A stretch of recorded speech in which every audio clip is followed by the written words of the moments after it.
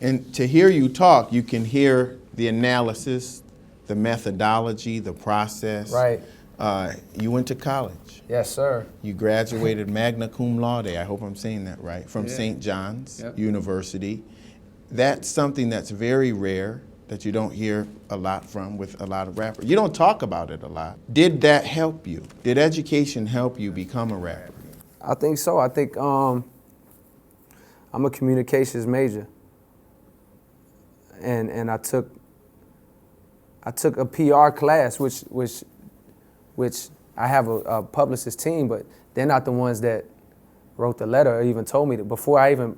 I was on it before my PR team even called me, because I recognized that, hey, this is something that I need to address right now. It's almost like I'm Pepsi, and I realized that, one of my employees made a mistake, and I need to apologize for this. That was wrong. Right. And I don't want to send out the wrong message as a company that I don't care about that. So the school side of me, the side that went to school, understands that it's important to address that and address it sincerely.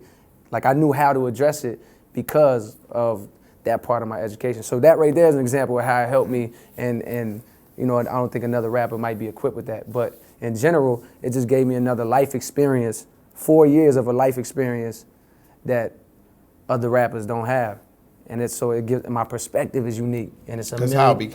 Because college forces you to show that you can start and finish something, and to set goals. That's true and to too. meet deadlines. That's true too. That's a great point. But really more so just because I left my city, I left town, I went to another place that I didn't know anybody. I met kids from all over and developed relationships, and I learned so much more, and I grew, and there's more experiences over here that are unique to me and a bunch of kids out there that are in school or went to school, that the average rap story that we know about came from the hood, had to sell drugs.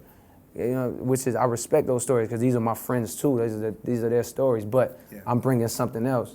And it's not likely, but it's just my story. Do you think from a marketing standpoint, do you think it would have been easier if you had sold drugs in the streets of New York and that was part of your narrative? Yeah. Is that more respected than graduating Magna Cum Laude? For sure. And not to my fans and not to like the new generation of like young kids, you know what I mean? But there's an appeal. Like Scarface is a lot of kids' favorite movie for a reason. There's an appeal about that edginess of like, I was in the streets and I sold drugs. There's an appeal about that. So when you have that story and it's real and authentic, and you can mix that with a real skillful way to tell it, of course, it would have been way easier for me to have my rapping ability and my production ability and to have a story like that.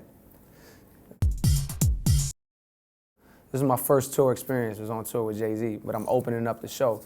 And when I tell you opening up, like literally there's 15 people in an arena, or maybe 30 people this night, or maybe on a good night there's 120 people, and I'm on stage. If the show started at 8, I was on stage at 7:50. My slot was 7:50 to 8. Like that was me opening up the show. If I was coming up now, I'd find the visual to be more important, or as important as the actual song itself, because your phone has the ability to be your recording device for your in-studio performance.